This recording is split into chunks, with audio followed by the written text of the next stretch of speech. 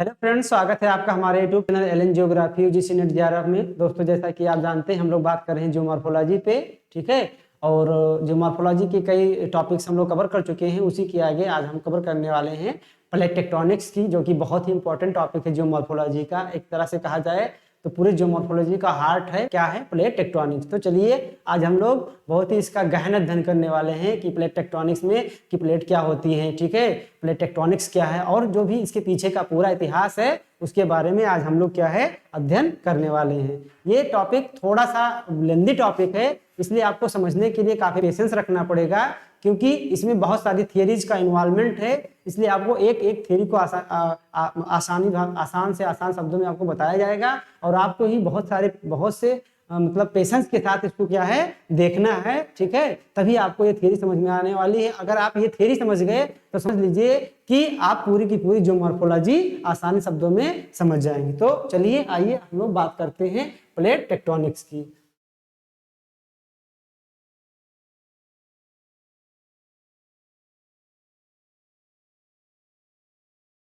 Plate tectonics, ठीक है, इसको हिंदी में क्या बोलते हैं? प्लेट विवर्तनिकी। ठीक है, तो प्लेट टेक्टोनिक्स में जैसा कि आपको देख रहे होंगे कि ये दो शब्दों से मिलकर बना हुआ है।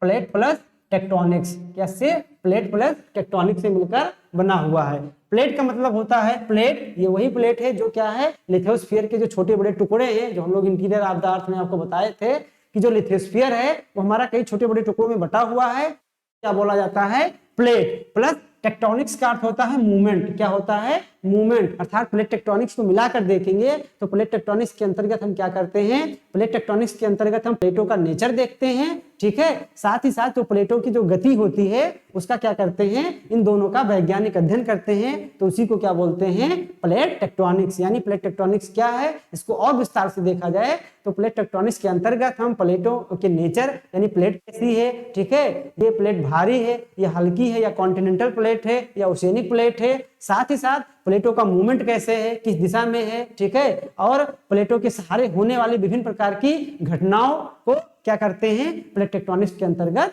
सम्मिलित करते हैं। तो ये छोटी सी रही क्या प्लेट टेक्टोनिक्स की डिफिनीशन। ठीक है, अब प्लेट टेक्टोनिक्स क्या है? प्लेट टेक्टोनिक्स अपने आप में ये कई सिद्धांतों का एक क्या है समूह है। यानी प्लेट टेक्टोनिक्स के पीछे बहुत बड़ा इतिहास रहा है। यानी प्लेट टेक्टोनिक्स क्या है? जो प्लेट टेक्टोनिक्स ये 1960 में लगभग इसका कंसेप्ट आया था। इसके पहले बहुत सारे रिसर्च हुए, ठीक है, छोटे छोटे रिसर्च हुए। उन सारे रिसर्च में बहुत सारे विद्वान हैं जिन्होंने बहुत सारी क्या दी? थियरी दी। उन सारे थियरी को मिलाकर 1960 के आसपास के कई विद्वानों ने मिलकर इस सिद्धांत का क्या किया? प्रतिपादन किया। तो आइए देखते हैं कि प्लेट टेक्टोनिक्स के सिद्धांत जो है पूरा, यानी जो आपका कंसेप्ट है, उसमें कौन कौन से और थियरी शामिल हैं या कौन कौन से उसके अंतर्गत आने वाले विद्वानों ने काम किया है। जब ये पूरा देख लेंगे तो अंत में हम देखेंगे कि इसी का समग्र रूप क्या बनता है? प्लेट टेक्टोनिक्स थियरी या प्लेट टेक्टोनिक कंसेप्ट बनता है। तो प्लेट टेक्टोनिक्स थ्योरी में आगे बढ़ने से पहले इसकी जो पीछे का बैकग्राउंड है उसको देखना बहुत ही जरूरी है, तभी आज जान पाएंगे कि प्लेट टेक्टोनिक्स क्या है और कैसे ये काम करता है। तो चलिए देखते हैं। इसके पहले हमें देखना है पैलियोमैग्नेटिज्म। ठीक है, पूरा चुंबकत्व। तो पूरा चुंबकत्व क्या है आइए जानते हैं। ठीक है, palaeomagnetism refers to the preservation of magnetic properties in the rocks of earth। यानी ये क्या कह रहा है कि पैलियोमैग्नेटिज्म क्या है? जो आपका पैलियोमैग्नेटिज्म है ये क्या है? आपका जो आपकी जो रॉक्स हैं, क्या है, चट्टाने हैं, उसमें कौन सा गुण पाया जाता है? उसमें पाया जाता है मैग्नेटिक गुण। यानी आपकी जो किसी भी रॉक्स का निर्माण होता है तो उस रॉक्स में, चाहे वो इग्नियस रॉक्स हो चाहे आपकी सेडिमेंट्री रॉक्स हो, अगर उस रॉक्स में क्या पाया जाता है? आयरन कंटेंट पाया जाता है। क्या पाया जाता है? आयरन कंटेंट पाया जाता है। तो वो आयरन कंटेंट बाद में किस में कन्वर्ट हो जाता है? मैग्नेट में कन्वर्ट हो जाता है और उसी सेल के साथ उसमें क्या हो जाता है? प्रिजर्व हो जाता है। उसका क्या हो जाता है? प्रिजर्वेशन हो जाता है, अनुरक्षण हो जाता है। तो पैलियो में जो चुंबकीय गुण है उसके अनुरक्षण को क्या बोलते हैं? पैलियोमैग्नेट बोलते हैं। बस पैलियोमैग्नेट और कुछ नहीं है, केवल इतना है। अभी हम आगे और देखेंगे तो आपको और आसानी से समझ में आएगा कि पूरा चुंबकत्व क्या है। पूरा चुंबकत्व कुछ नहीं है, पूरा चुंबकत्व केवल इतना है कि जो आपके पास रॉक्स हैं, कि कोई भी रॉक्स का जब फॉर्मेशन होता है और उस रॉक्स होते हैं वो किस में कन्वर्ट हो जाते हैं, वो मैग्नेट में कन्वर्ट हो जाते हैं फ्यूचर में, और ये इसी रॉक्स में क्या रहते हैं, सुरक्षित रहते हैं, ठीक है, सुरक्षित रहते हैं यानी प्रिजर्व रहते हैं। तो इसी को क्या बोला जाता है, पैलियो मैग्नेटिज्म बोला जाता है। चलिए आगे इसके बारे में और डिटेल से देखते हैं, ठीक है।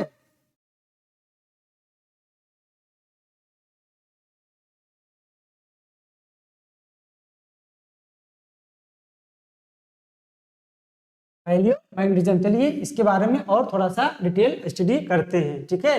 द अर्थ का ज्ञान मैग्नेट, यानी जो आपका पृथ्वी है वो एक बहुत बड़े किसकी तरह व्यवहार करता है, चुंबक की तरह व्यवहार करता है। किसकी तरह, चुंबक की तरह व्यवहार करता है। Field of the earth is like अ ज्ञान बार मैग्नेट ऑफ डाइपोल, इसकी खोज किसने की थी, गिलबर्ट ने। यानी जो आपका पृथ्वी है वो एक इसके तरह एक जो है दंड चुंबक की तरह कार्य करता है, जिसमें दो पोल होते हैं, क्योंकि चुंबक में आपको पता है कितने पोल होते हैं, दो पोल होते हैं, एक नॉर्थ पोल और एक साउथ पोल। तो पहले विद्वान थे ये विलियम गिलबर्ट ये पहले विद्वान थे। इन्होंने ये बताया कि जो आपका अर्थ है वो एक दंड चुंबक की तरह काम करता है, जिसमें क्या है, दो पोल होते हैं, ठीक है। आइए देखते हैं, जैसे आपका क्या है, अर्थ है, ठीक है, ये आपका क्या है, अर्थ है। तो इन्होंने ये बताया कि अर्थ के पास क्या है, एक बार मैग्नेट है, क्या है, बार मैग्नेट है, जिसमें क्या है, दो ध्रुव है। ये बात किसने बताई थी, ये पहले बताई थी विलियम गिलबर्ट महोदय ने बताया था। किसने बताया था, विलियम गिलबर्ट महोदय ने बताया था कि आपका जो अर्थ है वो किसकी भांति व्यवहार करता है, एक चुंबक की भांति व्यवहार करता है, ठीक है। ये मान लीजिए आपका अर्थ है, ठीक है। तो अर्थ में दो पोल होते हैं, इसको बोलते हैं ज्योग्राफिकल पोल। क्या बोलते हैं, ज्योग्राफिकल पोल। एक होता है आपका नॉर्थ और एक है आपका साउथ। ठीक इसी प्रकार से जो पृथ्वी के आंतरिक भाग में चुंबक पाया जाता है उसमें भी दो ध्रुव हैं, एक है आपका नॉर्थ ध्रुव और एक है आपका साउथ ध्रुव। जैसे ये आपका हो गया ज्योग्राफिकल नॉर्थ एंड साउथ, यानी पृथ्वी की जो पृथ्वी को दो बराबर भागों में बांटने वाली अक्ष है, रेखा है, उसी के सहारे हम दो क्या है, पृथ्वी को ध्रुव में बांटते हैं, एक नॉर्थ पोल और एक साउथ पोल। ठीक इन्होंने ये बताया विलियम गिलबर्ट ने कि पृथ्वी के आंतरिक भाग में एक क्या पाया जाता है, बार मैग्नेट पाया जाता है, जो कुछ इस तरीके से है। इसका जो है डायरेक्शन क्या है, इस तरीके से है, ठीक है। और इसमें चौंकाने वाली बात यह है कि जो इसकी जो नॉर्थ और साउथ पोल है, ये जस्ट इसके ज्योग्राफिकल नॉर्थ और साउथ पोल के क्या है, अपोजिट है। यानी जो चुंबक का नॉर्थ पोल है वो यहाँ है, ये साउथ पोल के पास, और जो चुंबक का साउथ पोल है वो कहाँ है, यहाँ। यहाँ पर आप आसानी से देख सकते हैं, ये पृथ्वी है, ये अर्थ का मैग्नेटिक फील्ड को दिखाया गया है, और उस जो मैग्नेट है पृथ्वी का, उसकी दिशा को दिखाया गया है। जो नॉर्थ दिशा है इसकी क्या है, ये पृथ्वी के जो ज्योग्राफिकल साउथ के पास है, और जो इसका साउथ दिशा है वो किसके पास है, पृथ्वी के ज्योग्राफिकल नॉर्थ पोल के पास है, ठीक है। ये कंडीशन आपके किस में है, अर्थ में है। अब ये आश्चर्य कैसे हुआ, क्योंकि जो पृथ्वी का ज्योग्राफिकल नॉर्थ और साउथ है ये ट्रू नॉर्थ है, इसको आप ट्रू नॉर्थ भी बोल सकते हो। तो जो पृथ्वी का ज्योग्राफिकल नॉर्थ और साउथ है ये बहुत पहले डिसाइड कर लिया गया था, और जो ये पृथ्वी का जो चुंबकीय नॉर्थ और साउथ है, ठीक है, ये बाद में इसकी खोज हुई। तो बाद में जब इसकी खोज हुई तो ये देखा गया कि जो ये चुंबक का जो नॉर्थ है वो यहाँ ना होकर किधर है, इस दिशा में है, और साउथ की दिशा में इस दिशा में है। इसी कारण से क्या हुआ है, गड़बड़ी हुई है केवल डिसाइड करने में, क्योंकि ये पहले डिसाइड हो चुका था और ये क्या हुआ है, बाद में डिसाइड हुआ है। ये कंडीशन हमेशा आपको क्या करनी है, याद रखनी है कि इसकी दिशा कैसे होगी, चुंबक की, और पृथ्वी का जो ज्योग्राफिकल नॉर्थ और साउथ है उसकी दिशा कैसे होगी। अब मान लीजिए पृथ्वी है, पृथ्वी पर किसी भी रॉक्स का क्या हो रहा है, यहाँ पर निर्माण हो रहा है, क्योंकि के कारण क्या है, ये मैग्मा धरातल पे आकर ठंडा हो रहा है और चट्टानों का निर्माण हो रहा है। चट्टान में आयरन कंटेंट पाए जाते हैं, तो इसी प्रभाव के कारण इतना बड़ा मैग्नेट है, इसी के चुंबक के प्रभाव के कारण इस रॉक्स में जो भी आयरन कंटेंट पाया जाएगा वो किसमें कन्वर्ट हो जाएगा, वो कन्वर्ट हो जाएगा मैग्नेट में, और उसकी दिशा वही होगी जो आपके ये आपके जो मैग्नेटिक नॉर्थ और साउथ है उसी दिशा में इसकी भी दिशा होगी। यानी अगर यहाँ पर भी चुंबक बनता है पृथ्वी के किसी भी भाग में, इसमें आपके चट्टानों में, तो इसकी भी दिशा क्या होगी, वही होगी इस चुंबक की, जो कहाँ पर है आपका, ये आपका मैग्नेटिक नॉर्थ और साउथ है, उसी की दिशा में ये बनेगा। यानी जो आपका मैग्नेटिक साउथ है वो किधर है, ये आपका क्या है, मैग्नेटिक साउथ है। तो इसमें जो चुंबक बनेगा उसकी भी दिशा, यानी साउथ यहाँ रहेगा और नॉर्थ कहाँ रहेगा, यहाँ रहेगा। ये बात ध्यान रखनी है, ठीक है। कि जिस दिशा में आपका ये चुंबक का जो आपका यहाँ जो आपका जो है ये क्या कहते हैं रॉक्स में जो आपका चुंबक बनेगा, तो जो उसकी भी दिशा होगी वो वही होगी जो आपका यहाँ पर पृथ्वी का मैग्नेटिक फील्ड का है। ये बात आपको अच्छे से ध्यान रखना है। और जो यही चुंबक का गुण इस रॉक्स में आ जाता है और ये सुरक्षित हो जाता है, तो इसी प्रोसेस को बोलते हैं पैलियोमैग्नेटिज्म। क्या बोलते हैं? पैलियोमैग्नेटिज्म या पूरा चुंबकत्व बोलते हैं। इतना बात हमेशा आपको दिमाग में बना के चलनी है, तभी इसके आगे की कहानी क्या है वो आप लोग समझ पाएंगे। ठीक है, आगे बढ़ने से पहले कुछ टर्मिनोलॉजी है जो बार बार यूज होंगी, उसको आपको जानना जरूरी है। जिसमें मैग्नेटिक डिक्लिनेशन, जिसको हिंदी में कहते हैं चुंबकीय दिक्पात। क्या बोलते हैं? चुंबकीय दिक्पात। तो मैग्नेटिक डिक्लिनेशन क्या होता है? आप ये देख रहे होंगे कि ये क्या है, आपका जियोग्राफिकल नॉर्थ एंड साउथ है, और ये आपका क्या है, मैग्नेटिक नॉर्थ और साउथ है। तो ये जो दोनों की दिशा है, ठीक है, वो एक तो अपोजिट है, क्योंकि यहाँ पर नॉर्थ है आपका ट्रू, और यहाँ पर क्या है, जो चुंबक वाला नॉर्थ है अपोजिट है। ये तो आपकी जो दिशा है वो तो विपरीत है ही, बल्कि ये भी देखा जाए कि दोनों के ये जो दोनों एक्सिस बन रहे हैं, ठीक है, एक सीध में ना होकर इनके बीच में कुछ क्या बन रहा है, कोणीय झुकाव है। आप देख सकते हैं कि ये रेखा यहाँ से आ रही है और ये रेखा यहाँ से आ रही है, तो इसके बीच में क्या बन रहे हैं, कुछ कोणीय झुकाव, यानी कोण का निर्माण हो रहा है। तो इन्हीं दो के बीच में जो कोण का निर्माण होता है उसको क्या बोलते हैं, मैग्नेटिक डिक्लिनेशन या चुंबकीय दिक्पात बोलते हैं। क्या बोलते हैं? चुंबकीय दिक्पात बोलते हैं। ठीक है, इतनी बात समझ में आई। आगे देखते हैं, पॉइंट है मैग्नेटिक इंक्लिनेशन। क्या बोलते हैं? मैग्नेटिक इंक्लिनेशन, जिसको ऐसा बोल सकते हो कि मैग्नेटिक डिप। साधारण भाषा में क्या बोल सकते हो? मैग्नेटिक डिप या चुंबकीय डिप बोल सकते हो। तो मैग्नेटिक डिप क्या होता है, आइए हम जानते हैं। ठीक है, जैसे मान लीजिए आपके पास क्या है, एक चुंबक दे दिया गया आपको। ठीक है, एक क्या दे दिया गया, चुंबक दे दिया गया। तो चुंबक में क्या होते हैं, दो ध्रुव होता है, एक नॉर्थ और एक साउथ, ये कंफर्म है। ठीक है, यानी हमेशा चुंबक में क्या होता है, दो ध्रुव होता है, एक नॉर्थ पोल होता है और एक क्या होता है, साउथ पोल होता है। तो जो अगर आप पृथ्वी की ये सतह है, ठीक है, ये पृथ्वी सतह है, तो इस सतह पे अगर आप कोई चुंबक ऐसे लटकाएंगे, ठीक है, तो पृथ्वी की सतह और जो आप चुंबक लटका रहे हैं उसके बीच में जो कोण निर्मित होता है उसको क्या बोलते हैं, उसी को बोलते हैं मैग्नेटिक डिप या मैग्नेटिक इंक्लिनेशन।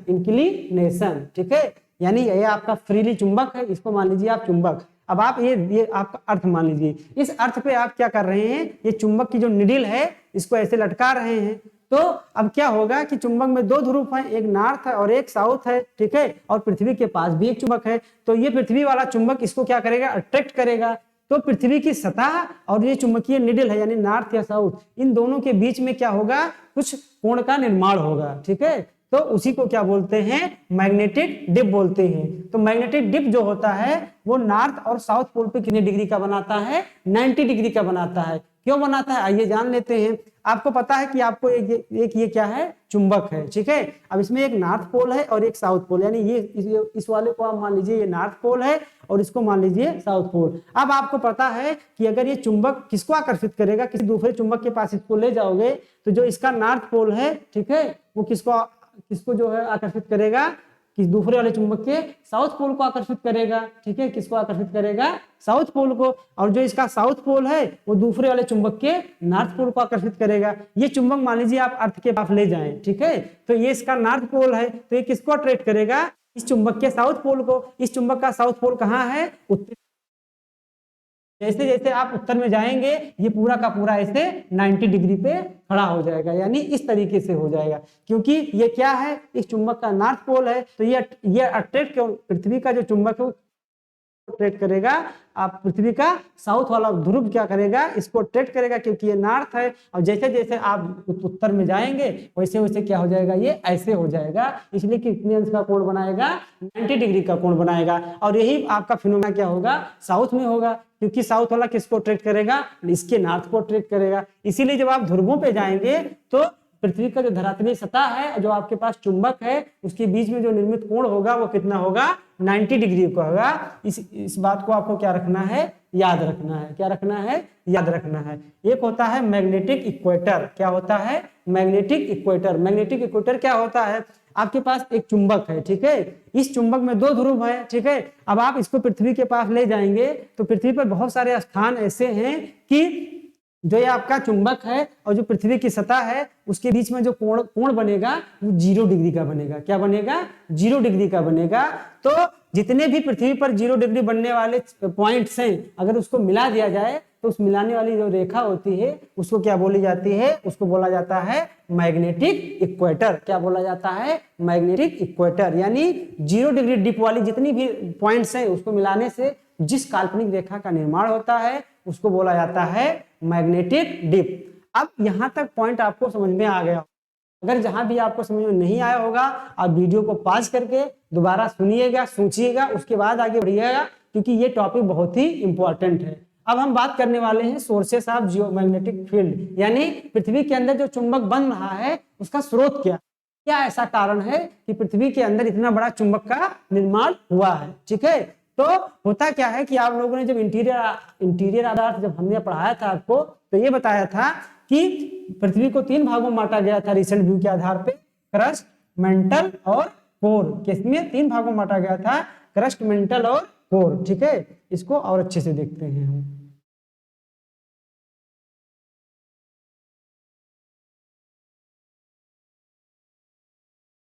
इसको 3 भागों में बांटते हैं, एक आपका रहता है क्रस्ट, ठीक है, एक मेंटल और एक कोर। पुनः कोर को हम 2 भागों में बांटते हैं, एक आउटर कोर और एक क्या है? Inner core. और ये जो आपका आउटर कोर है ये किस अवस्था में है? ये लिक्विड अवस्था में है। किस अवस्था में है? लिक्विड अवस्था में है, यानी द्रव अवस्था में है। आपका जो मेंटल है ये क्या है? ठोस अवस्था में है। आपका जो इनर कोर है ये क्या है? ठोस अवस्था में, यानी सॉलिड अवस्था में है। अब पूरी पृथ्वी क्या है? मूव कर रही है। जब पृथ्वी मूव करती है तो जो ये ठोस वाले भाग हैं ये तेजी के साथ मूव करते हैं, ये वाले भाग तेजी के साथ मूव करते हैं। लेकिन जो पृथ्वी का ये वाला पोर्शन है, आउटर कोर है, ये उतना तेजी से मूव नहीं कर पाता है जितना कि ये करते हैं। यानी इन दोनों में क्या होता है? काफी फ्रिक्शनल फोर्स होता है, यानी घर्षण बल लगता है। ये दोनों आपस में क्या करते हैं? इसी घर्षण के कारण इसमें क्या उत्पन्न होता है? चुंबकत्व का गुण उत्पन्न होता है। अब ये डिपेंड करेगा कि चुंबकत्व का प्रभाव कितना अधिक होगा। जितना इसमें घर्षण होगा उतना ही इलेक्ट्रिसिटी पैदा होती है, क्योंकि यहाँ पर क्या पाए जाते हैं? बहुत सारे इलेक्ट्रिक चार्ज पार्टिकल पाए जाते हैं। बहुत सारे ऐसे जो है विद्युत के जो चालक जो तत्व हैं वो पाए जाते हैं, जैसे निकिल हो गया, आयरन हो गया, ऐसे बहुत सारे यहाँ पर एलिमेंट्स पाए जाते हैं, जिसके कारण फ्रिक्शन के कारण क्या हो जाता है? यहाँ पर ये चुंबकत्व का निर्माण होता है। एक तरह से अगर कहा जाए तो आपका जो आउटर कोर व्यवहार करता है, एक डायनेमो की भांति व्यवहार करता है। जैसे डायनेमो को चलाने से आपको क्या होता है? विद्युत ऊर्जा मिलती है, ठीक उसी प्रकार से इससे आपको क्या है? चुंबकत्व एनर्जी मिलती है। तो कारण क्या है? आपका आउटर कोर, ठीक है। तो इतनी बात आपको क्या करनी है? ध्यान में रखनी है। अब चलिए आगे देखते हैं इसके कहानी क्या होता है।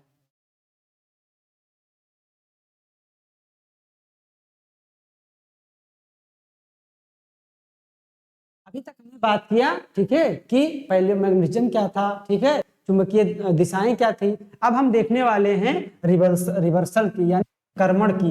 ये देखने वाले हैं कि जो पृथ्वी के अंदर चुंबकत्व का निर्माण होता है, ठीक है, चुंबकत्व का निर्माण होता है, और जो भी रॉक्स का फॉर्मेशन होता है उसमें भी चुंबकत्व का निर्माण, उसमें भी चुंबकन का गुण आ जाता है चुंबक के कारण। तो क्या ये स्थिर रहते हैं जो पृथ्वी के अंदर चुंबक पाए जाते हैं, या जो रॉक्स के अंदर चुंबकन का गुण पाया जाता है, कि ये क्या होते रहते हैं? बदलते रहते हैं, चेंज होते रहते हैं, मूव होते रहते हैं। उसी की हम लोग क्या करने वाले हैं? बात करने वाले हैं। तो चलिए देखते हैं कि क्या होता है।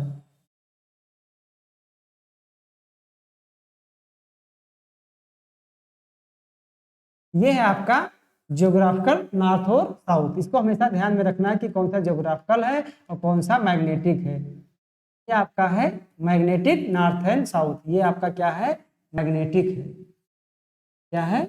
मैग्नेटिक है, ठीक है। मान लीजिए कि कोई रॉक्स का फॉर्मेशन हो रहा है, यहाँ पर ये धरातल के ऊपर ही होगा, अर्थ के ऊपर ही होगा, इसको आप समझना, ठीक है, क्योंकि डायग्राम से आपको समझाया जा रहा है कि ये कहीं पर रॉक्स का फॉर्मेशन हो रहा है। मान लीजिए यहाँ पर रॉक्स का फॉर्मेशन हुआ, तो रॉक्स का फॉर्मेशन हुआ, रॉक्स का फॉर्मेशन हुआ, अगर इस रॉक्स में क्या है? आयरन कंटेंट है। क्या है? आयरन कंटेंट है, तो स्वाभाविक सी बात है कि इस रॉक्स में चुंबकीय गुण आ जाएगा। और जब चुंबकीय गुण आ जाएगा तो इसमें भी क्या होगा, उस चुंबक में दो ध्रुव होंगे, एक नॉर्थ पोल होगा और एक साउथ पोल होगा।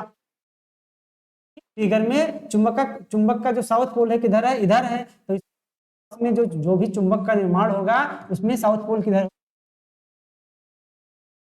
होगा। ठीक है, इतनी बात समझ में आई।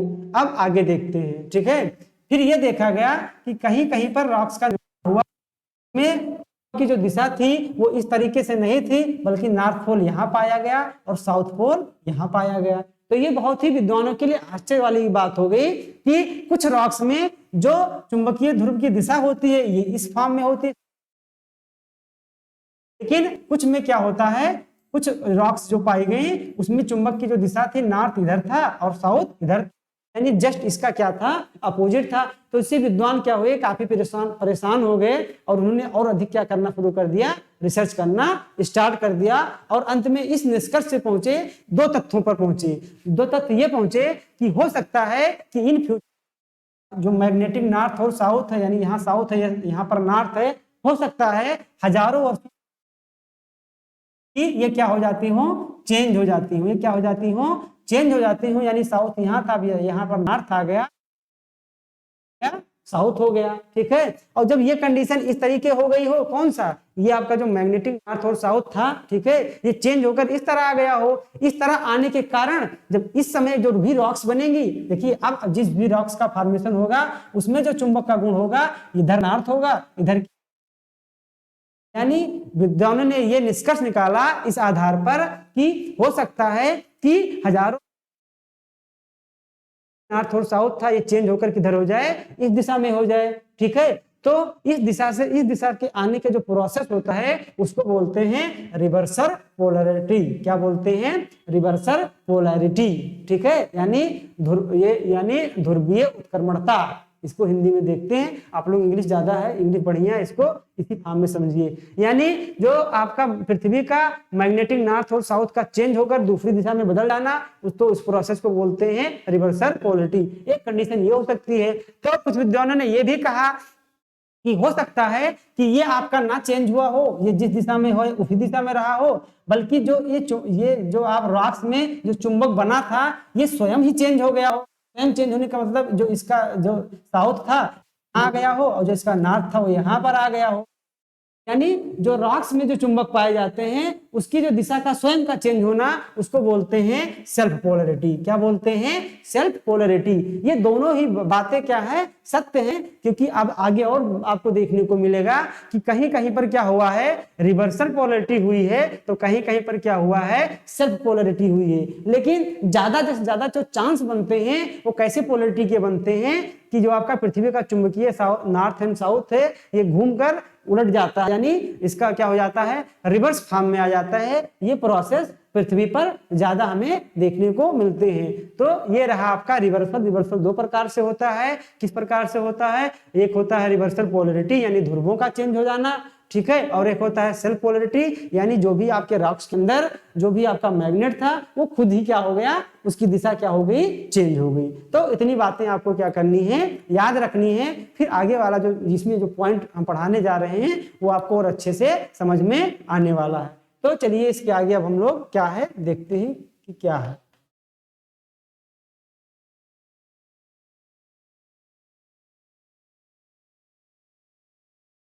अब हम बात करने वाले हैं सी फ्लोर की बात करने वाले हैं सी फ्लोर स्प्रेडिंग की, कि सी फ्लोर स्प्रेडिंग क्या है, यानी महासागरीय नितल प्रसार। जो चुंबक वाली बात आपको अभी तक बताई गई है उसको बहुत ही शालीनता के साथ आपको दिमाग में रखना है, आगे के कंसेप्ट को समझ पाओगे। और ये परेशान नहीं होना कि हमको बताया गया था प्लेट टेक्टोनिक्स पढ़ना है, पढ़ रहे हैं चुंबक और पैलियोमैग्नेटिज्म के साथ साथ सी फ्लोर, क्योंकि आपको बताया गया था कि प्लेट टेक्टोनिक्स क्या है, कई सिद्धांतों का एक बंडल है, एक समूह है। इसलिए जो इसके पीछे जितने भी सिद्धांत थे उन्हीं को मिलाकर बाद में क्या बन जाएगा, प्लेट टेक्टोनिक्स बन जाएगा। इसलिए इस सिद्धांत को आपको क्या है समझना जरूरी है। तो आइए जानते हैं कि सी फ्लोर स्प्रेडिंग यानी समुद्र नितल प्रसरण क्या है और इसके बारे में किसने जानकारी दी। ठीक है, तो जो सी फ्लोर स्प्रेडिंग है, ठीक है, the hypothesis of sea floor was put forward by H. Harry Hess in 19 1960 यानी जो सी फ्लोर स्प्रेडिंग की जो थियरी दी थी वो किसने दी थी?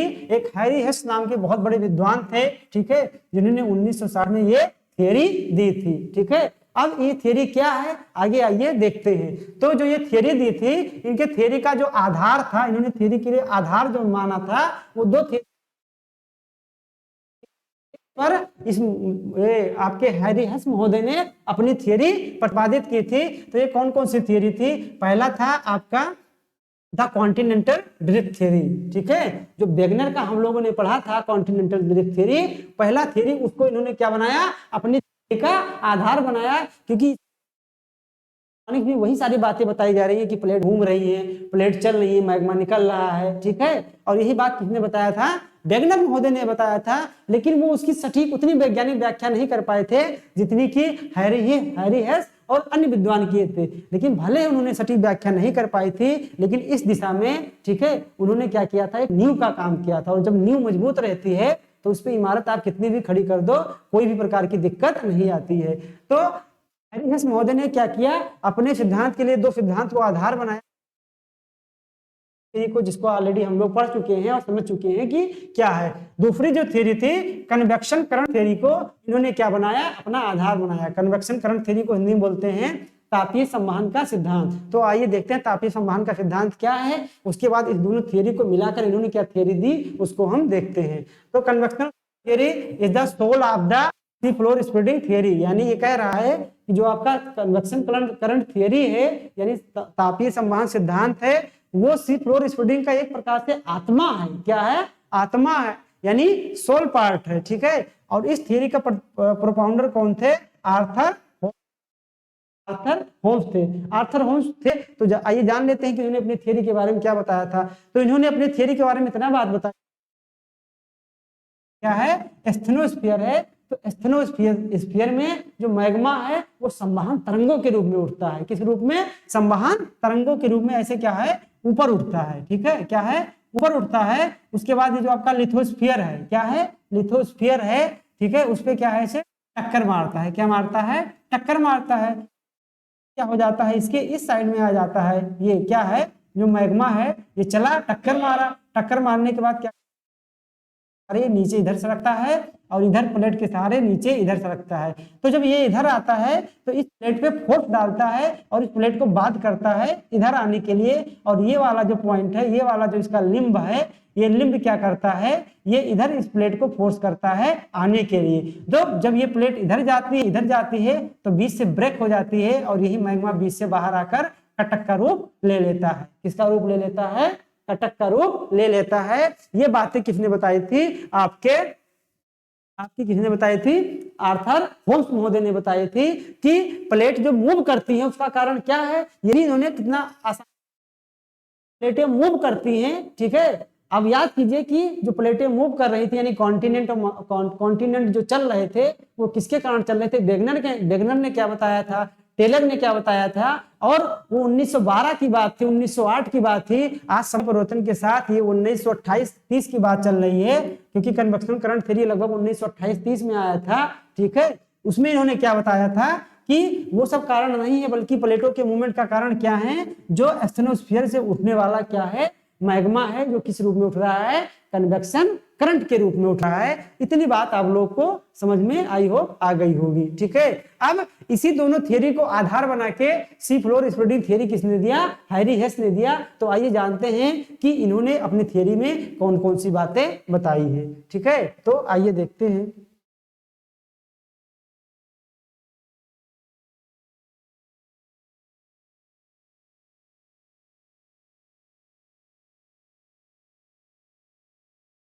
हुआ क्या कि जो हैरी हेस महोदय थे उन्होंने उन दो थ्योरी को तो आधार बनाया ही, साथ ही साथ उस समय इतने रिसर्च चल रहे थे, उसमें से बहुत बड़े विद्वान थे जिनका नाम था मैसन ने क्या किया था? इन्होंने प्रशांत महासागर में क्या किया था? अपना रिसर्च कर रहे थे, तो इन्हें बहुत सारी क्या मिली? मैग्नेटिक एनोमली मिली। क्या मिली? मैग्नेटिक एनोमली, जिसको हिंदी में बोलते हैं चुंबकीय विसंगति दिखाई दी। किसको? ये मैसन महोदय को। किसको दिखाई दी? मैसन महोदय को क्या दिखाई दिया? बहुत सारी चुंबकीय विसंगति दिखाई दी, ठीक है। और उन्होंने बताया कि चुंबकीय विसंगति कितने प्रकार होती है? दो प्रकार की, एक पॉजिटिव है और एक क्या होती है, निगेटिव होती है। तो आइए जान लेते हैं कि इन्होंने चुंबकीय विसंगति के बारे में क्या बताया था, क्योंकि जो अभी आपको लास्ट पीपीटी में दो थियरी बताई गया, उस थियरी को तो इन्होंने अपने सिद्धांत का आधार बनाया ही, साथ ही साथ जो मैसन महोदय ने एनोमली की बात की थी उसको भी इन्होंने क्या बनाया था, अपने थियरी का आधार बनाया था। तो इस तीनों को मिलाकर फिर बाद में इन्होंने सी फ्लोर स्प्लिटिंग थियरी दिया था। इसलिए इनको भी जानना जरूरी है कि मैसन ने ये जो आपकी बात की है एनोमली की, वो क्या बात की है। ठीक है, तो इन्होंने क्या बताया, आइए देखते हैं। ये है आपका ट्रू नॉर्थ, ज्योग्राफिकल नॉर्थ और साउथ। अब मान लेते हैं ये आपका क्या है, मैग्नेटिक नॉर्थ और साउथ। तो ये यहाँ पर साउथ हो जाएगा, ये यहाँ पर हो जाएगा नॉर्थ हो जाएगा। ठीक है, तो मैसन महोदय ने क्या देखा, मैसन महोदय ने ये देखा, इन्होंने प्रशांत महासागर में अपना रिसर्च कर रहे थे, उसके नितल में जहां से मैग्मा बाहर आ रहा था और दूर जा रहा था। तो इन्होंने प्रशांत महासागर में ऐसे, जैसे मान लीजिए यहाँ से मैग्मा आकर यहाँ पर जमा हो रहा है, तो जब ये मैग्मा जमा होगा तो पता है आपको रॉक्स का निर्माण हो रहा है, रॉक्स का फॉर्मेशन होगा, तो इसमें क्या पाया जाएगा, जो अगर आयरन कंटेंट पाया जाएगा तो इसमें चुंबकन का गुण हो जाएगा, क्योंकि पृथ्वी के अंदर जो चुंबकन पाया जाता है, चुंबक पाया जाता है, उसी के आधार पर इसमें गुण हो जाएगा। और इसकी जो इस मैग्नेटिक नॉर्थ एंड साउथ की, यानी यहाँ पर साउथ होगा, यहाँ पर नॉर्थ होगा। ठीक है, ये इन्होंने देखा, किसने, आपके मैसन महोदय। फिर ये इसके आगे बढ़े, यहाँ की रॉक्स को इन्होंने चेक किया। तो यहाँ की जब रॉक्स को चेक किया तो यहाँ पर इन्होंने पाया कि इसकी दिशा जस्ट इसके अपोजिट थी, यानी यहाँ पर यन था, यहाँ पर यस था। फिर इसके आगे आए तो इन्होंने फिर यहाँ पर पाया कि इसकी दिशा फिर चेंज हो गई, यहाँ पर यस हो गया, यहाँ पर नॉर्थ हो गया। फिर इसके आगे आए तो इनको दिशा, यानी ये क्रम ऐसे एकांतर रूप में क्या हुआ, चलता रहा। कहीं पर इनको इस दिशा में मिला तो उसके बाद इस दिशा में मिला, फिर इनको इस दिशा में मिला, फिर इनको इस दिशा में मिला। तो इन्होंने ये बताया कि जिस दिशा में, अगर मान लीजिए ये जो मैग्नेटिक फील्ड का साउथ इधर है और नॉर्थ इधर है, ठीक है, तो यहाँ पर जो रॉक्स चट्टाने पाई गई, उन चट्टानों में भी अगर साउथ इधर है, नॉर्थ इधर है, यानी इन दोनों मेल खाता है, तो उसको इन्होंने बताया कि कौन सी एनोमली है, पॉजिटिव एनोमली है। क्या, कौन सी एनोमली है, पॉजिटिव एनोमली है। लेकिन जहां पर ये विपरीत स्थिति में पाया गया, यानी आपका चुंबकीय नॉर्थ और साउथ किधर है, इधर साउथ है, इधर नॉर्थ है, जो चट्टाने पाएगी उसमें नॉर्थ और साउथ जस्ट इसके अपोजिट है। तो उन्होंने बताया कि ये विसंगति है, यानी कमी है कुछ, उसको उन्होंने क्या बताया, निगेटिव एनोमली, यानी नकारात्मक एनोमली। ठीक है, इतनी बात आपने समझ ली होगी। तो अब आगे जो हम बताने जा रहे हैं उसको आसानी से आप क्या हो पाएंगे, समझ पाएंगे। जब इन्होंने विसंगति के बारे में बात की, किस विसंगति के बारे में, निगेटिव और पॉजिटिव, तो इन थियरी को मिलाकर ये आपके जो हैरी हेस महोदय थे, इन्होंने अपनी थियरी दी और इन्होंने बताया, क्या बताया, कि धरातल के आंतरिक भाग से जो मैग्मा होता है वो निकलता है। ठीक है, निकलने के बाद क्या किसका निर्माण होगा, कटक का निर्माण होगा। यानी इन्होंने ये बताया कि मान लीजिए ये आपका क्या है, चट्टान है, तो इन्होंने ये बताया कि यहाँ नीचे से क्या होता है, कटक के सहारे, यानी जब ये प्लेट इधर चली जाएगी, ये प्लेट इधर चली जाएगी, तो जो नीचे से मैग्मा आएगा जो है सागरों में, तो वहां पर बीच में क्या बन जाएगा, कटक बन जाएगा। क्या बन जाएगा, कटक बन जाएगा। तो इन्होंने ये बताया किसी कटक के सहारे नीचे से मैग्मा आता है, कुछ मैग्मा इधर चला जाता है, इस प्लेट के इधर, सागरीय नितल की बात हो रही है, इसको ऐसे समझना कि ये सागर की बात हो रही है। तो इन्होंने बताया कि नीचे से मैग्मा आएगा, कटक से टकराएगा, कुछ मैग्मा इधर चला जाएगा, कुछ मैग्मा इधर चला जाएगा। ठीक है, फिर मैग्मा नीचे से आएगा, फिर इससे टकराएगा, कुछ मैग्मा इधर चला जाएगा, कुछ मैग्मा इधर चला जाएगा। तो ये वाला मैग्मा है, ये लगातार इधर बढ़ता रहेगा, यानी नई क्रस्ट का क्या होता रहेगा, फॉर्मेशन होता रहेगा। ठीक है, इसी कटक के सहारे नई कटक का क्या होता रहेगा, फॉर्मेशन होता रहेगा। और इस प्रकार इन्होंने ये प्रूव किया कि जो ये आपका महासागर जल है वो क्या है, लगातार फैल रहा है। क्या है, इसी कटक के सहारे फैल रहा है। और इसको इन्होंने कैसे प्रूव किया, तो इन्होंने इसको प्रूव किया उसी पैलियो मैग्नेटिज्म के सहारे, जो मैसन ने इनको बात बताई थी। तो इन्होंने भी जब देखा तो जो ये कटक है, ये कटक के सहारे जो मैग्मा बाहर आ रहा था, ये कटक अरे मैग्मा, ठीक है, तो इसमें भी जब मैग्मा बाहर आ गया था तो ये चट्टान बनेगा। तो चट्टान में क्या देखा इन्होंने, वही मैग्नेट का गुण देखा जो पैलियोमैग्नेटिज्म में आपको बताया गया था। तो इन्होंने उसकी दिशा चेक की, तो इसमें इन्होंने पाया कि किसी किसी में इसकी दिशा यानी इस तरह से N और S है, और किसी किसी चट्टान में इसकी दिशा इस तरीके से है। ऐसे इन्होंने क्या पाया, इसमें पॉजिटिव और निगेटिव एनामोली पाया।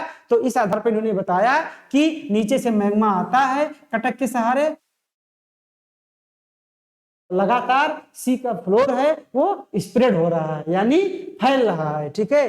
तो ये जो चुंबक वाली पॉइंट थी, यानी पैलियोमैग्नेटिज्म वाला पॉइंट था, इन्होंने इसमें जोड़ा और ये इसको क्या कर रहा है, प्रूफ कर रहा है कि बात सही है कि नीचे से मैग्मा ऊपर आने के बाद क्या हो जा रहा है, फैल जा रहा है और नई क्रस्ट का क्या हो रहा है, फॉर्मेशन हो रहा है। और इस प्रकार ये प्रूफ हो गया कि कोई भी प्लेट स्थिर नहीं है, बल्कि वो सारी क्या है, कटक के सहारे दूर जा रही हैं। तो कहीं पर प्लेटों का निर्माण हो रहा है, नई क्रस्ट का फॉर्मेशन हो रहा है, कहीं पर प्लेटों का विनाश हो रहा है। जब इन्होंने ये तो चुंबक वाला गुण देखा है, साथ में इन्होंने ये देखा कि जब उन्होंने यहाँ की यानी ये आपका कटक है, ये कटक से मान लीजिए कोई यहाँ एक चट्टान यहाँ आ गई, यहाँ से फैलकर 1000 किलोमीटर दूर, जब इसकी आयु को इन्होंने पता लगाया और जो इसके बगल की चट्टान थी उसकी आयु का पता लगाया, ये बहुत पुरानी निकली, ये बहुत नई निकली, ठीक है। चट्टानों की आयु कि ये क्या है, अभी भी यहाँ लगातार मैग्मा निकल रहा है, इसके पास है वो नई चट्टाने हैं, जो इससे दूर हो गई हैं वो क्या हो गई हैं, पुरानी चट्टाने हो गई हैं। तो ये चुंबक का गुण इसमें सुरक्षित हो जाता है। भविष्य में यही क्या बनता है, इस समय की घटनाओं का जो राज खोलता है वो यही आपका क्या खोलता है, ये जो इसके जो चट्टानों के अंदर जो मैग्नेट होता है, ठीक है। तो ये पूरी बातें आपको क्या है जाननी थी, किसमें, सी फ्लोर स्प्रेडिंग में। सी फ्लोर स्प्रेडिंग को जानने के लिए इसकी जो पीछे का इतिहास है वो आपको क्या था, जानना जरूरी था, ठीक है। जब इन्होंने रिसर्च कर लिया तो बहुत सारे और विद्वान आए, जिसमें एक नाम इंपॉर्टेंट है, wine on Matthew. Wine on Matthew ने 1963 में इंडियन ओशन में कटक के सहारे इन्होंने ऐसी बातें देखी, तो इनको भी क्या है, बहुत सारे पॉजिटिव और निगेटिव एनोमली का पता लगा।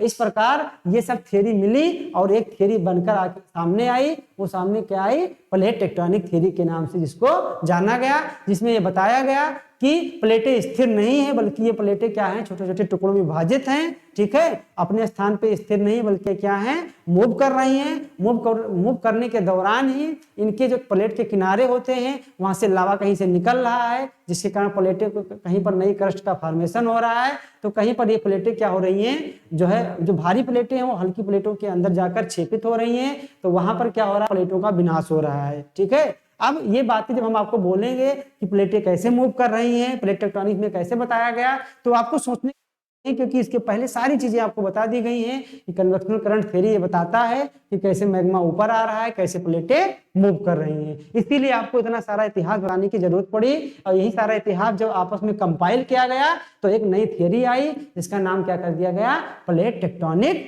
थ्योरी, जिसके पीछे इतना सारा इतिहास आपको क्या है, जानना जरूरी है। तो आइए जान लेते हैं कि प्लेट टेक्टोनिक्स में आगे हम क्या देखते हैं, ठीक है। तो चलिए देखते हैं।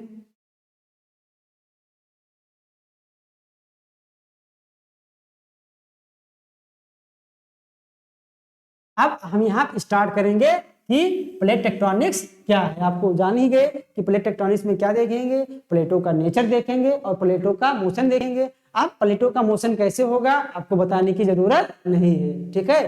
तो जो ये प्लेट वर्ड है इसका सबसे पहले किसने प्रयोग किया था, तो कनाडियन जियोफिजिस्ट यानी कनाडा के एक जियोफिजिस्ट के बहुत ही मशहूर जियोफिजिस्ट हुए, जिनका नाम था टूजो विल्सन। इन्होंने सन 1965 में प्लेट शब्द का क्या किया था, प्रयोग किया था, ठीक है। और जो प्लेट टेक्टोनिक शब्द है इसका सबसे पहले प्रयोग किसने किया था, तो एक विद्वान थे डब्ल्यू.जे. मॉर्गन। डब्ल्यू.जे. मॉर्गन इन्होंने बताया प्लेट टेक्टोनिक का क्या किया था, वर्ड का यूज किया था। प्लेट टेक्टोनिक थ्योरी कोई बेसिकली एक थ्योरी नहीं बल्कि थ्योरी का क्या है, बहुत सारे समूह है, इसलिए किसी एक व्यक्ति को प्लेट टेक्टोनिक थ्योरी का श्रेय देना क्या है, अच्छी बात नहीं है, ठीक है।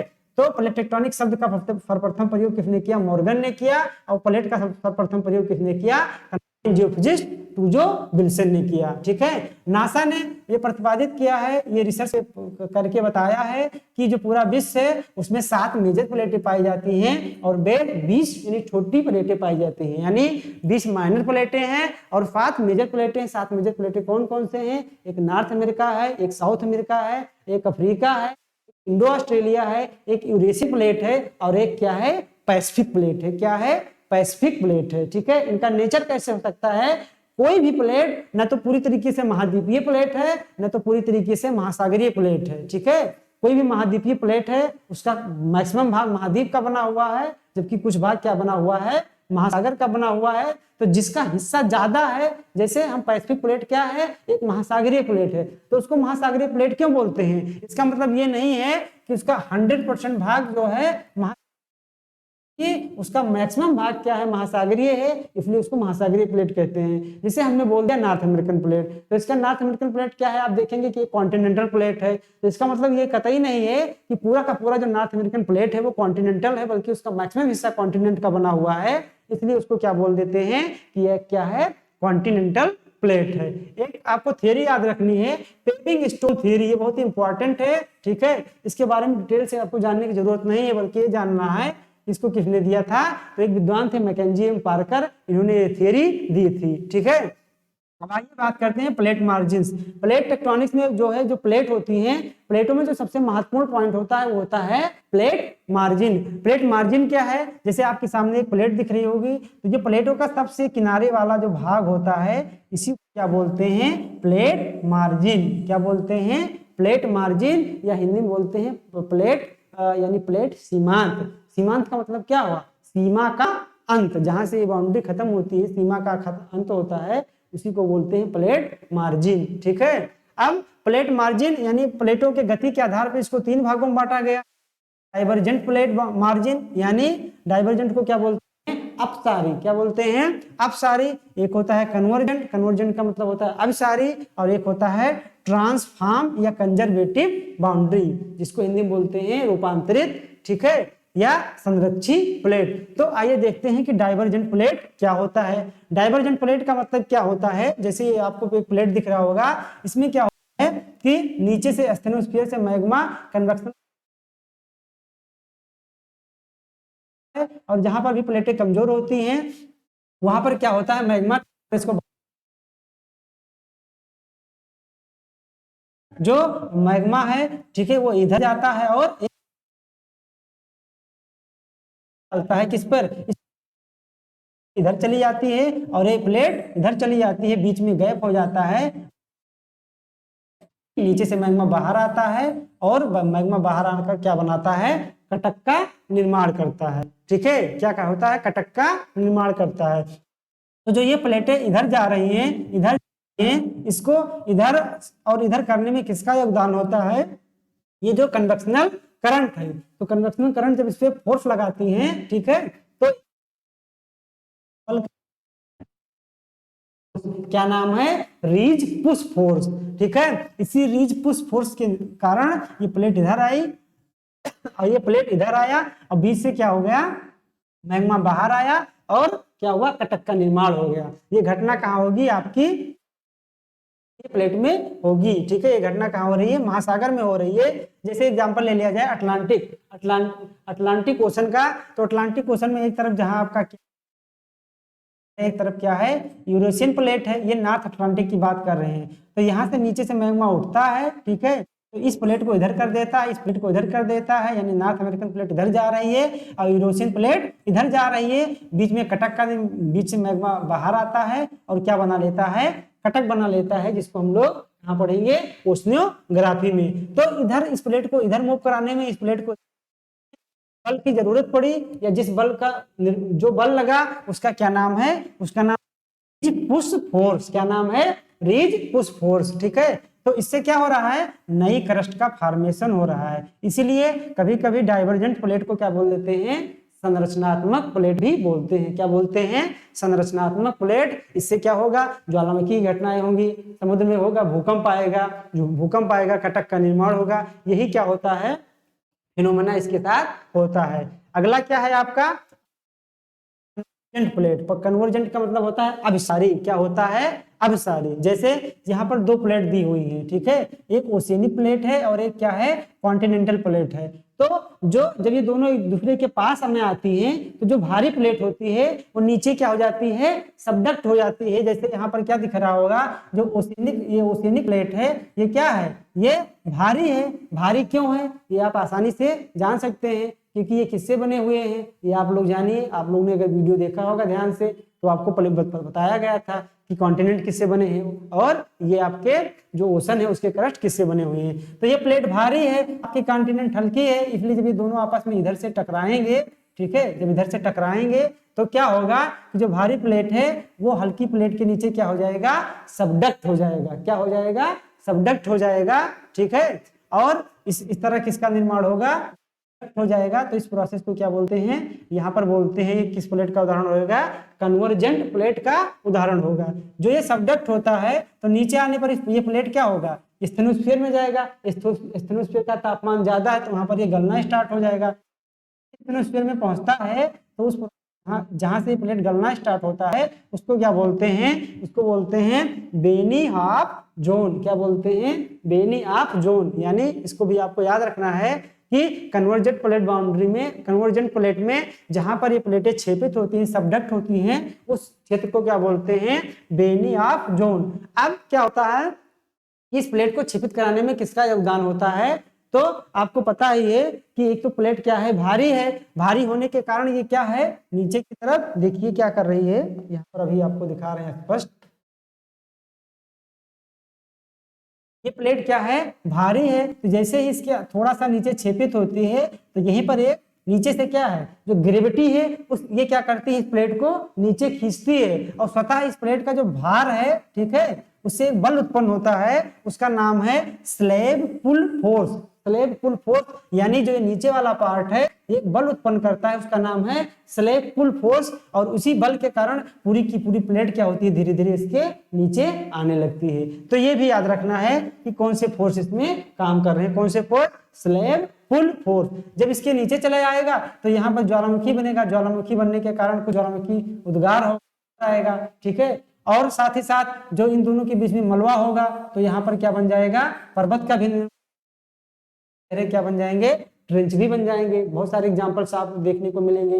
जैसे आपका जो प्रशांत महासागरीय प्लेट है और उत्तरी अमेरिकन प्लेट है, दोनों आपस में टकरा रहे हैं, जिसके कारण किसका निर्माण हुआ, रॉकीज का निर्माण हुआ। और साउथ में साउथ अमेरिकन प्लेट से टकराने के कारण इंडीज का निर्माण हुआ, ठीक है, किसका निर्माण हुआ, इंडीज का निर्माण हुआ। और उन्हीं के सहारे क्या बनेगा, गर्त का भी निर्माण होगा। किसका निर्माण होगा, गर्त का निर्माण होगा। इतनी बात आपको क्या रखनी है, याद रखनी है। एक होता है ट्रांसफॉर्म या कंजर्वेटिव बाउंड्री, ठीक है। और एक बात इसमें याद रखना है कि जब यहाँ पर प्लेटें क्या हो रही हैं, प्लेटें क्या हो रही हैं, छेपित होकर गल कर क्या हो जा रही हैं, खत्म हो जा रही है। यानी जो प्लेटों का आकार है वो सिकुड़ने लगता है, यानी प्लेटें छोटी होने लगती हैं। इसलिए इस प्लेट बाउंड्री को क्या बोलते हैं, कभी कभी विनाशी प्लेट भी बोलते हैं। क्या बोलते हैं, विनाशी प्लेट, क्योंकि प्लेट का क्या हो रहा है, विनाश हो रहा है, ठीक है। लास्ट में देखते हैं हम कंजर्वेटिव बाउंड्री प्लेट, यानी जो संरक्षित प्लेट होती है उसमें क्या होता है, उसमें दो प्लेटें होती हैं, ये ना एक दूसरे से दूर जाती है ना एक दूसरे तक पास से क्या हो जाती हैं, निकल जाती हैं। यानी ये आपका क्या है, पूरा कोई क्या है, लिथोस्फीयर है पूरा का पूरा। तो इसमें दो प्लेट है तो इसमें प्लेटें क्या होती हैं, ना तो दूर जाती पास से क्या हो जाती हैं, गुजर जाती हैं। तो इसमें क्या होता है कि किसी भी प्रकार का नुकसान नहीं होता है और न किसी का फॉर्मेशन होता है, इसलिए इसको क्या बोलते हैं, प्लेट। संरक्षित प्लेट में केवल एक चीज ये होता है कि यहाँ पर फॉल्ट का निर्माण हो जाता है, क्योंकि जब प्लेटें फ्रिक्शन करती हैं तो फ्रिक्शन के कारण क्या बन जाता है, फॉल्ट का निर्माण हो जाता है, उसको बोलते हैं ट्रांसफॉर्म फॉल्ट। ऐसे बहुत सारे उदाहरण हैं दुनिया में, संसार में। जैसे आपका है नॉर्थ अनाटोलियन प्लेटू, नॉर्थ अनाटोलियन प्लेटू क्या है, एक ट्रांसफॉर्म फॉल्ट का उदाहरण है। साथ ही साथ San Andreas fault, San Andreas fault जो कि कैलिफोर्निया में है, वो भी क्या है, एक ट्रांसफॉर्म फॉल्ट का उदाहरण है। तो ये रहा पूरा आपका प्लेट टेक्टोनिक्स, ठीक है। प्लेटों के किनारे कौन कौन से क्या भ्रंश बनेगा कि बलन बनेगा, ये सारी चीजें आपको बताई गई हैं। आई होप ये वीडियो आपको बहुत अच्छा लगा होगा, और इस वीडियो को आप जहां भी समझ में नहीं आएगा आप रोक कर देखिएगा। लेकिन ये चैप्टर आपको पढ़ना बहुत इंपॉर्टेंट है, क्योंकि यूजीसी ही नहीं बल्कि अदर एग्जाम में भी लगातार यहाँ से भविष्य में क्वेश्चन पूछे गए हैं और पूछे जाएंगे। बहुत ही कंसेप्चुअल पार्ट है, एक तरह से कहा जाए तो ये पूरे जियोमॉर्फोलॉजी का एक हार्ट है, बहुत ही टफ भी नहीं कहा जा सकता है। इसलिए आपको पेशेंस बनाकर इसको क्या करना है, पूरा वीडियो क्या है देखना है, ठीक है। वीडियो आपको अच्छा लगे तो लाइक कीजिए, शेयर कीजिए, सब्सक्राइब कीजिए, और भी जियोमॉर्फोलॉजी में जो भी पार्ट बचे हुए हैं इसकी वीडियो आपको मिलते रहेंगे। ऐसे करते हुए हम लोग 35-40 दिन में आपका पूरा सिलेबस कवर करने वाले हैं। तो इस वीडियो को ज़्यादा से ज़्यादा आप लोग शेयर कीजिए, ताकि उन लोगों को भी मदद मिल सके जो इस चैनल के बारे में अभी भी क्या है अनभिज्ञ हैं। क्योंकि यहाँ पर फ्री ऑफ पास पूरी की पूरी आपकी ज्योग्राफी क्या है 40 दिन के अंदर एग्जाम को ध्यान में रखते हुए पढ़ाई जाएगी। और ये कि यदि आप पूरा वीडियो देखते हैं, नोट्स बनाते हैं, हमारे साथ कदम से कदम मिलाकर चलेंगे, तो आपका इस सब्जेक्ट के पोर्शन में मोर देन 80 क्वेश्चन आना तय है, ठीक है। ये आप ये क्या करते हैं, आप देख लीजिएगा पूरा का पूरा वीडियो होने के बाद कि आपको कितने क्वेश्चन सॉल्व कर पा रहे हैं। तो आज के लिए इतना ही, मिलते हैं अपने नए चैप्टर के साथ। Best of luck.